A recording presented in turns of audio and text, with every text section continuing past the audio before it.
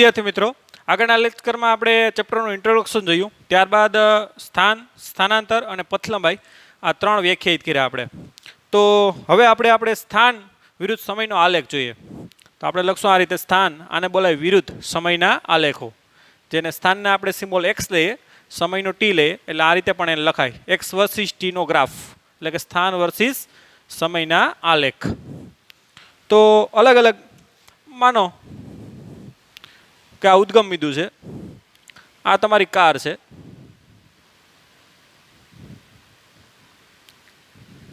Car તમારી બિંદુવત માની લ્યો. આ ઉદ્ગમ બિંદુથી એ 40 મીટર અંતરે પડેલી છે અને ત્યાં સ્થિર છે. કેવી છે? સ્થિર છે. તો સ્થાન વર્સિસ સમયનો આલેખ કેવો બને એનો? એકદમ રિયલ સેન્સ ઉપર જ જોઈએ આપણે. તમારી કાર આ 20 લઈ લ્યો, આ 40 મીટરે પડેલી છે. ખ્યાલ આવ્યો તમને? એટલે તમારું સ્થાન છે કારનું, આ કારને એ કહી દઈએ આપણે, તો એ ક્યાં છે? 40 મીટરે છે. આ સ્થાન કેમાં છે? મીટરમાં છે, બરાબર. આનો મતલબ કે સ્થાન કેમાં છે? મીટરમાં. 40 મીટર. અહીં 40 મીટર 20 મીટર એવું લખવાની જરૂર નથી. હવે સમય આગળ વધે છે, 10 સેકન્ડ થઈ જાય, 20 સેકન્ડ થઈ જાય, 30 સેકન્ડ થઈ જાય, 40 થઈ જાય, તો તમારી કારનું સ્થાન કેટલું રહી? 40 મીટર જ રહી. જો 10 સેકન્ડે પણ 40 મીટરે, 20 છે 40, 30 છે પણ 40. એટલે આ પ્રકારનો ગ્રાફ બને એટલે આરામથી ગ્રાફ જોઈને તમારે કહી દેવાનું છે કે જે પણ પદાર્થ છે એ ક્યાં છે? 40 મીટરે છે અને કેવો છે? સ્થિર છે. તો એ સ્થાન બદલતો નથી. તો જ્યારે પણ પદાર્થ સ્થિર હોય ત્યારે સ્થાન વર્સિસ સમયનો આ સમય કેમાં છે? સેકન્ડમાં. એ આ રીતે લખવાનું છે. તો પદાર્થ સ્થિર હોય તો સ્થાન વર્સિસ સમયનો આલેખ આ પ્રકારનો આવે. માનો કે કાર છે તમારી,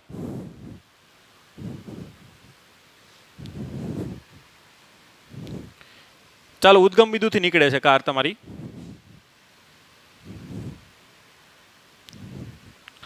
ડિફિકલ્ટ મોડેલ છે અલગ અલગ.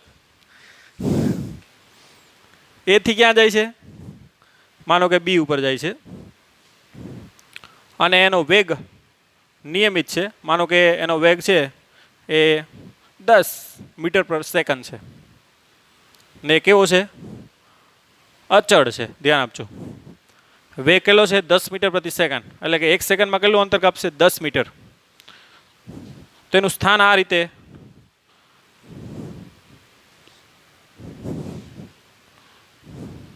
કે ભાઈ 1 સેકન્ડ, 2 સેકન્ડ, 3, 4, 5, 6, બરાબર. આ ટી સમય કેમાં છે? સેકન્ડમાં છે. આ સ્થાન છે, ધ્યાન આપજો, સ્થાનાંતર નથી, સ્થાન છે. સ્થાન એક્સ મીટરમાં છે. સ્થાન 10 મીટર, 20 મીટર, 30 મીટર, 40, 50 એ કહી શકો. ઓકે. 1 સેકન્ડમાં તમારું સ્થાન 10 મીટર, એટલે 1 અને 10 આવે. ધ્યાન આવ્યો? આ પોઈન્ટ આવે કે 1 સેકન્ડમાં ક્યાં હતા આપણે? 10 મીટરે. 2 સેકન્ડમાં માનો કે 20 મીટરે છે. તો આ રીતે યામ મુકતા આપણે આવડે જ છે. આ થઈ ગયો 20 મીટર, એટલે બીજો પોઈન્ટ અહીંયા આવશે. 3 સેકન્ડે આપણે ક્યાં પૂકી ગયા હતા? 30 મીટરે. 4 સેકન્ડે 40 મીટરે, બરાબર. આ રીતનો વેગ છે એટલે 3 સેકન્ડમાં 30 મીટર, તો આ થઈ ગયું 30 મીટર. 4 સેકન્ડમાં 40 મીટર, 5 સેકન્ડમાં 50 મીટર. ઓકે. તો આ બધાને તમે જોઈન કરો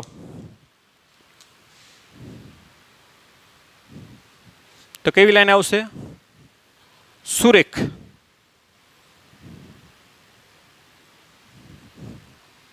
ઓકે. તો સ્થાન વિરુદ્ધ સમયનો આલેખ કેવો હોય? સુરેખ હોય. કેવો હોય? સુરેખ. તો આ ગતિ કેવી કહેવાય? નિયમિત ગતિ કહેવાય. નિયમિત ગતિ અથવા તો અચળ વેગી ગતિ. ટૂંકમાં એનો વેગ કેવો છે? અચળ. તો જ્યારે પણ સ્થાન વર્સિસ સમયનો આલેખ કેવો હોય? સુરેખ હોય. સુરેખ હોય એનો મતલબ શું થાય કે 1 સેકન્ડમાં 10 મીટર, પાછી પણ 1 સેકન્ડમાં 10 મીટર, દરેક 1 સેકન્ડમાં કેટલું કાપે? 10 મીટર. એનો મતલબ કે એનો વેગ છે એ કેવો છે? અચળ છે. તો જ્યારે પણ સ્થાન વર્સિસ સમયનો આલેખ કેવો હોય? સુરેખ હોય, ત્યારે કેવી ગતિ કહેવાય? નિયમિત ગતિ કહેવાય, અથવા તો કેવી ગતિ કહેવાય? અચળ વેગી ગતિ કહેવાય. એટલે મતલબ કે એનો વેગ છે એ કેટલો રહે? અચળ. 10 મીટર પ્રતિ સેકન્ડનું ઉદાહરણ આપ્યું. તો આ રીતે આલેખ જોઈને કહી શકો કે ભાઈ આ છે એ પદાર્થ આમાં સ્થિર છે, આમાં પદાર્થ અચળ વેગી ગતિ કરે છે. હવે આપણે ત્રીજો આલેખ જોઈએ.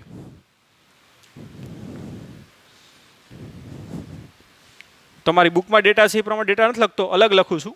ચાલો ગમે એ ડેટા લઈ લઉં. 2, 4, 6, 8, 10, 12 બરાબર. સમય ટી સેકન્ડમાં. સ્થાનાંતર માનો કે 5, આ 10, 15, 20. સ્થાન કેમાં છે? મીટરમાં. ધ્યાન આપજો, સ્થાન. આ રીતનો આલેખ છે.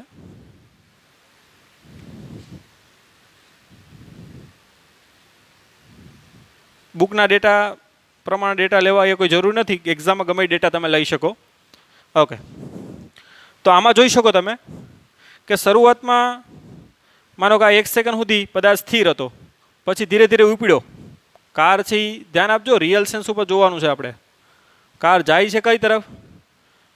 ધન એક્સ અક્ષ તરફ જ જાય છે. પણ શરૂઆતમાં માનો કે 1 સેકન્ડ સુધી કેવી છે? સ્થિર જ છે. પછી ધીરે ધીરે ઉપડે છે, એટલે કે એનો વેગ વધે છે. પછી જો 4 સેકન્ડથી માંડી અને 8 સેકન્ડ સુધી એ સુરેખ છે, એનો મતલબ કે વેગ છે એનો કેવો છે? અચળ છે. કેટલી સેકન્ડ? 4 થી 8 સુધી બરાબર. અહીંથી વેગ વધે છે. જો કારણ કે સ્થાનમાં ફેરફાર થાય છે ને સમય સાથે. સમય સાથે સ્થાનમાં શું થાય છે? ફેરફાર થાય છે. અહીં સમય સાથે સ્થાનમાં ફેરફાર નથી થતો, 0 નું 0 જ રહી. એટલે 1 સેકન્ડ સુધી વેગ કેવો છે? 0. પછી 4 સેકન્ડ સુધી વેગ વધે છે. 4 થી 8ની વાત કરો તો વેગ કેવો છે? જે પ્રાપ્ત કર્યો એ અચળ છે, જાય આમ કાર. પછી 8 થી લઈને 12 સુધી જો તો સ્થાનમાં પાછો નથી થઈ જતો ફેરફાર. એટલે પછી કાર કેવી થઈ જાય? સ્થિર થઈ જાય. એટલે કાર ધીરે ધીરે ઉપડે છે, એનો વેગ વધે છે, ત્યારબાદ વેગ અચળ થઈ જાય છે, અને પાછો 8 થી 12માં કેવો થઈ જાય? સ્થિર. આ પ્રકારની ગતિ છે. ખ્યાલ આવ્યો? એટલે આલેખ જોઈને તમને ખબર પડી જાય કે કાર આમાં છે એ ધીરે ધીરે ઉપડે છે, એનો વેગ વધે છે, વેગ પાછો જે વધી ગયો ને પછી અચળ થઈ જાય છે, અને પાછો કેવો થાય? સ્થિર. તો આમાં આલેખ જોઈને ડાયરેક્ટ કહી દેવાનું છે. તો આ જે ગતિ છે એમાં વેગ વધઘટ થાય છે. એટલે આ ગતિને કઈ ગતિ કહેવાય? અનિયમિત ગતિ. તો આ ગતિ છે એ અચળ વેગી ગતિ છે ને આ ગતિ છે કેવી છે? અનિયમિત. ઓકે, તો આવી રીતે ગ્રાફ જોઈને તમને ખ્યાલ આવવો જોઈએ કે કેવી ગતિ છે. ઓકે, હવે અલગ અલગ પ્રકારના હજી આપણે ગ્રાફ જોઈએ, જેમાં તમારે સ્થાનાંતર અને પથલંબાઈ તમારે કહેવાની છે. તો એ થોડુંક બુકથી અલગ છે, પણ આપણે જોઈએ એટલે કેમ કે અલગ અલગ આગળના ટોપિક તમને આવે તો તાત્કાલિક ખ્યાલ આવે. ઓકે, આ લખી લ્યો. હવે x એટલે કે સ્થાન વિશિષ્ટ સમયના આલેખ પરથી આપણે પથલંબાઈ અને સ્થાનાંતર કેવી રીતે કહેવા એ આપણે જોઈએ. જે ટૂંકમાં JEE અને નીટ માટેની થિયરી કહી શકો. ટેક્સ્ટ બુકમાં એ થિયરી આપેલ નથી, પણ JEE અને નીટ માટે ખાસ જરૂરી છે. અને આગળ પણ આપણે વેગ અને ઝડપ જોશું, ત્યારે પણ વેગ અને ઝડપ મેળવવા માટે સ્થાનાંતર અને પથલંબાઈ ગણવા જરૂરી છે. તો એ પ્રકારના અલગ અલગ પ્રકારના ક્વેશ્ચનો બનતા હોય. ઓકે, અહીં ધ્યાન આપો.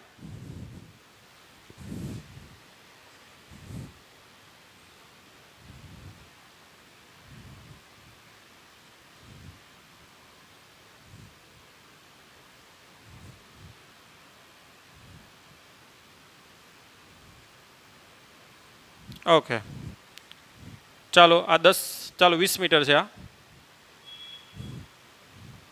આ 10 સેકન્ડ, આ 15 સેકન્ડ અને આ 20 સેકન્ડ. ટી સમય કેમાં છે? સેકન્ડમાં. અને સ્થાન કેમાં છે? મીટરમાં. ઓકે, હવે રિયલ સેન્સ ઉપર જોજો. આ ગ્રાફ ઉપરથી તમને ખ્યાલ આવી જાવ. માનો કે આ કોઈ કાર છે, તો કારની ગતિ કેવી છે?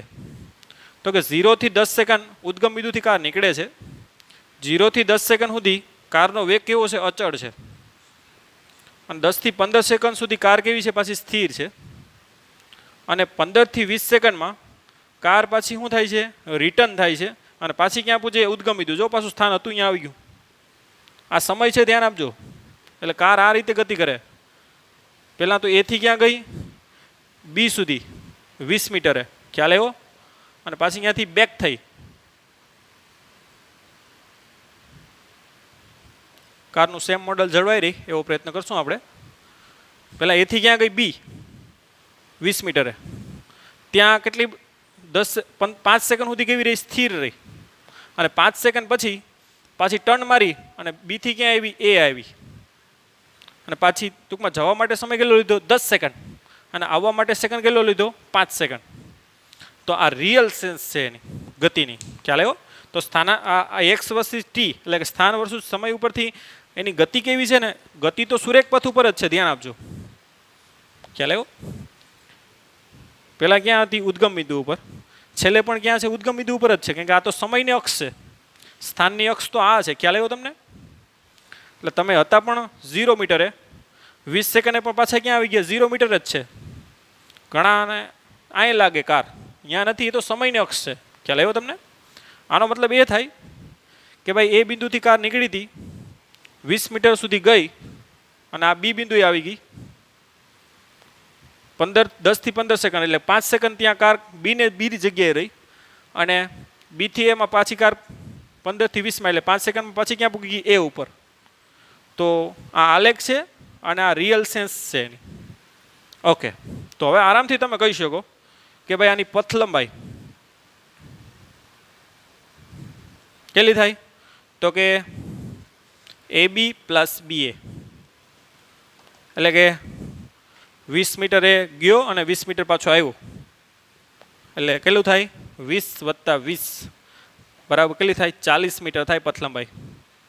અને સ્થાનાંતરની વાત કરીએ તો સ્થાનાંતર કેટલું થાય? પહેલાં હતું પણ અંતિમ સ્થાન માઇનસ પ્રારંભિક સ્થાન. અંતિમ સ્થાન પણ 0 છે, પ્રારંભમાં પણ ક્યાં હતો? 0. એટલે સ્થાનાંતર કોઈ કર્યું નથી, કેમ કે ત્યાં હતો અને ત્યાં પાછો અહીં પહોંચી ગયો. જો આ સમયની અક્ષ છે, વાસ્તવમાં સ્થાન અહીં કેટલું છે? 0 મીટર છે ને, બરાબર. ઓકે, હવે બીજો આલેખ જોઈએ. આ લખી લો વ્યવસ્થિત. બીજો એક આલેખ જોઈએ આપણે.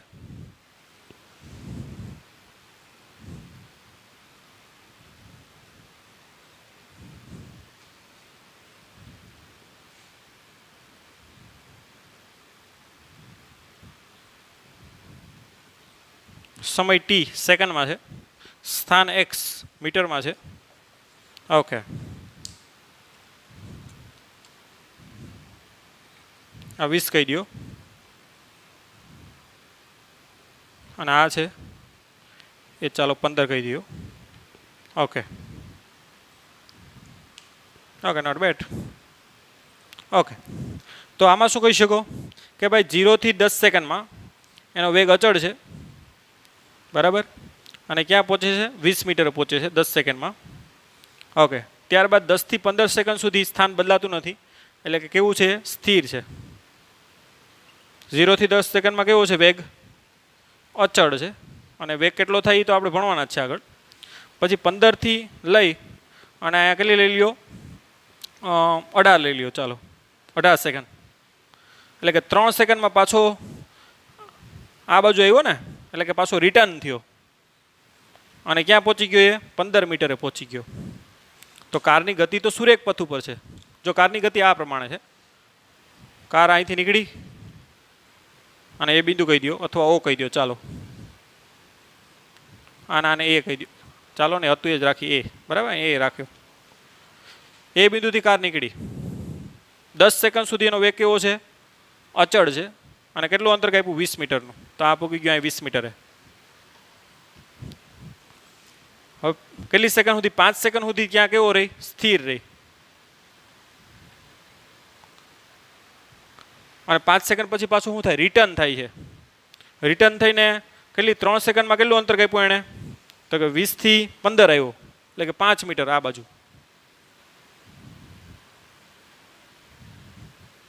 ખ્યાલ આવ્યો? 18 સેકન્ડ અહીંયા પહોંચી ગયો, બરાબર. 0 સેકન્ડ અહીંયા હતો,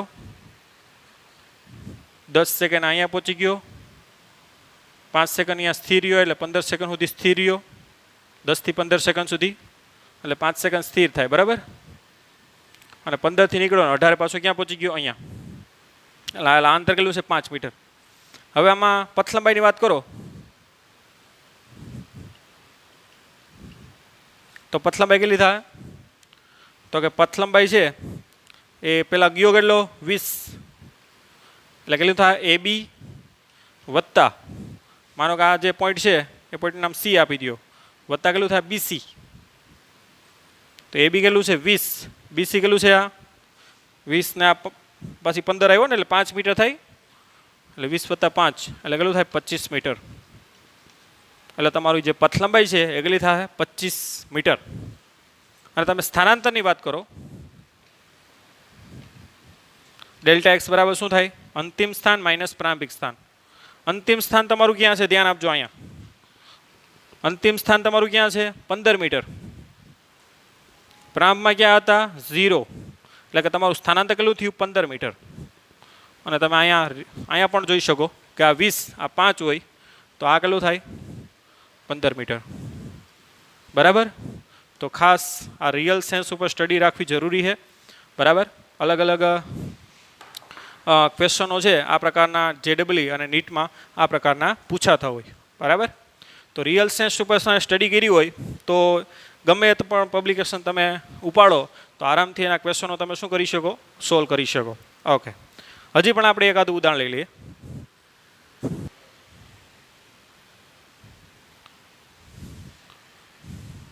આ લેખ કરી લેશો એટલે આરામથી તમે બધી વસ્તુ સોલ્વ કરી શકશો. આ ટાઈપની બધા કોન્સેપ્ટ આમાં આવી જાય સ્થાન વર્સિસ સમયના. ઓકે, આ સ્થાન મીટરમાં કહી દો, સમય T સેકન્ડમાં.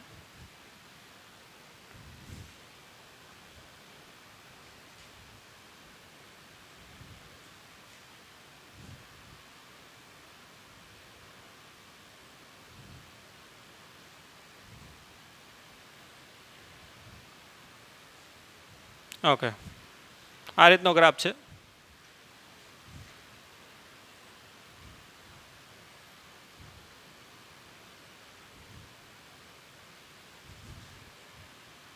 ઓકે, સ્થાન લખ નાખીએ અને સમય લખ નાખીએ.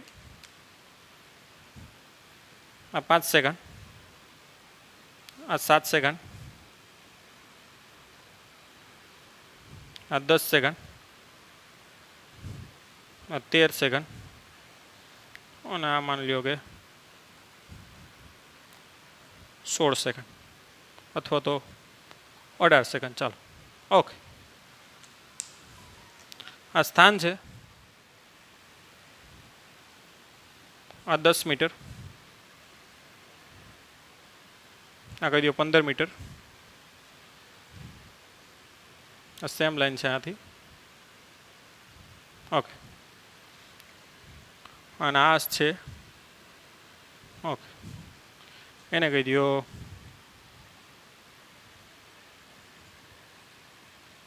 22 મીટર. ઓકે, તો તમને એમ કહું કે 0 થી 18 સેકન્ડ માટે ધ્યાન આપજો. પથ લંબાઈ કેટલી?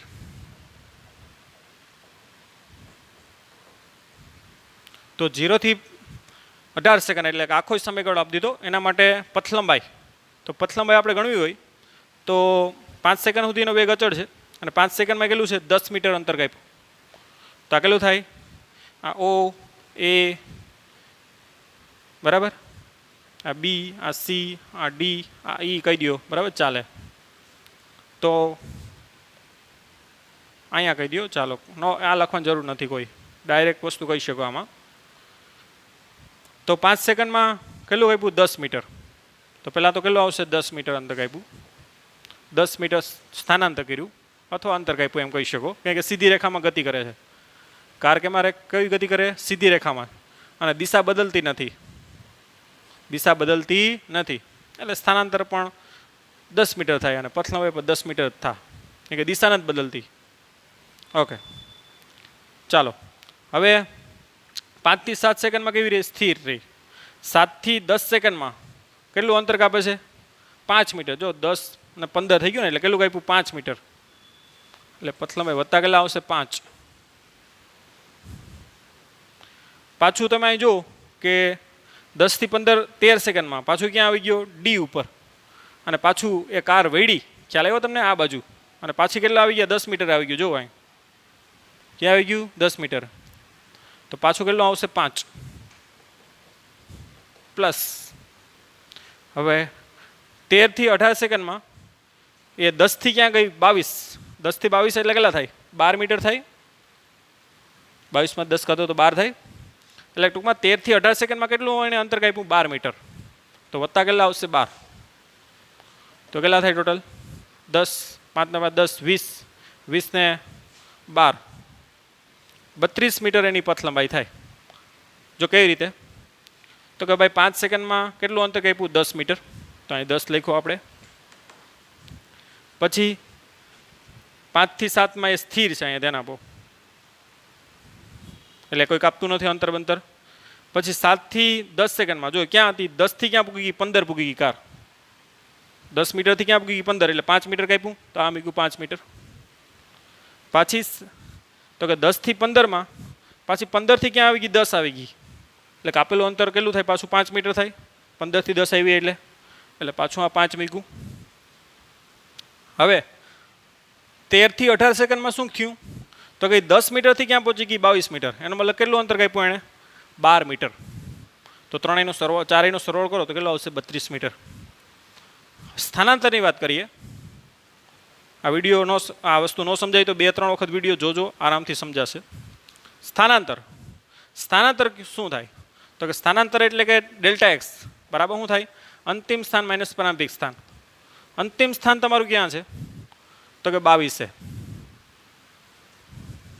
માઇનસ પ્રારંભિક ક્યાં હતું 0 એ તો સ્થાનાંતર માત્ર કેટલું થાય 22 મીટર બરાબર કે અહીંયાથી અહીંયા તો જેટલું ગયું એટલું પાછું આવી ગયું એટલે આ સ્થાનાંતર આના માટે 0 થાય આટલા ભાગ માટે એ પણ જોઈ લઈએ આપણે તમને અલગ અલગ સમયગાળા કહી તો ઓકે આ લખી લો તમને કહે કે 7 સેકન્ડથી 18 સેકન્ડ માટે ચાલો પથ લંબાઈ પહેલાં મેળવીએ 7 થી 18 સેકન્ડ અહીંથી અહીંયા સુધી તો 7 સેકન્ડથી 10 સેકન્ડમાં કેટલું અંતર કાપે છે તો કે 5 10 થી 15 ગયો ને એટલે કેટલું અંતર કાપ્યું 5 મીટર પ્લસ 10 થી 13માં પાછો એ 15 થી ક્યાં આવ્યો 10 આવ્યો સુરેખ રેખામાં જ ગતિ છે આગળ કીધી એ પ્રમાણે 5 મીટર ગયો 10 થી 15 એટલે 5 મીટર ગયો અને પાછો 15 થી 10 એટલે 5 મીટર પાછો આવ્યો ઓકે તો પાછું 5 મીટર કાપ્યું વત્તા 13 થી 18માં એ કેટલા મીટરથી કેટલા મીટર 10 થી 22 મીટર ગયો એટલે કેટલા મીટર એણે અંતર કાપ્યું પાછું 12 તો પથ લંબાઈ કેટલી થાય 10 ને 12 22 મીટર પછી સ્થાનાંતરની વાત કરીએ આપણે તો સ્થાનાંતર કેટલું થાય તો કે અંતિમ સ્થાન માઇનસ પ્રારંભિક સ્થાન અંતિમ સ્થાન ક્યાં છે તમારું તો કે 22 પ્રારંભિક ક્યાં છે તમે તો કે 10 7 સેકન્ડ 10 હતા ને બરાબર તો સ્થાનાંતર તમારું કેટલું થાય તો કે 12 મીટર બરાબર તો આ જ તમારું સ્થાનાંતર થાય 10 થી 12 ગયા કારણ કે આમાં કંઈ સ્થાનાંતર નથી થયું આ ગયો અને પાછો હતો અહીંયા આવી ગયો તો આટલું જ સ્થાનાંતર વાસ્તવમાં થાય જે આરામથી પણ સૂત્ર દ્વારા ખબર પડે પણ રિયલ સેન્સ આલેખમાં પણ તમને ખબર પડવી જોઈએ તો આ રીતે સ્થાન વર્સિસ સમયના આપણે 3 આલેખો જોયા એક આલેખમાં પદાર્થ સ્થિર હતો બીજા આલેખમાં પદાર્થ નિયમિત વેગી એટલે અચળ વેગી ગતિ કરતો હતો જેમાં એક્સ વર્સિસ ટીનો ગ્રાફ કેવો આવે સુરેખા આવે ધ્યાન આપજો અને ત્રીજા ગ્રાફ જોયો તો એમાં પદાર્થ કેવી ગતિ કરતો હતો અનિયમિત ત્યારબાદ આપણે JEE અને નીટના કોન્સેપ્ટ સ્વરૂપે આપણે એક્સ વર્સિસ ટીના ગ્રાફ ઉપરથી સ્થાનાંતર અને પથ લંબાઈ આપણે મેળવતા શીખા તો આ વસ્તુ આપણા માટે ખૂબ જ કેવી છે જરૂરી છે તો હવે નેક્સ્ટ લેક્ચરમાં આપણે સરેરાશ ઝડપ અને સરેરાશ વેગનો શું કરશું આપણે અભ્યાસ કરશું ત્યાં સુધી bye bye take care have a nice day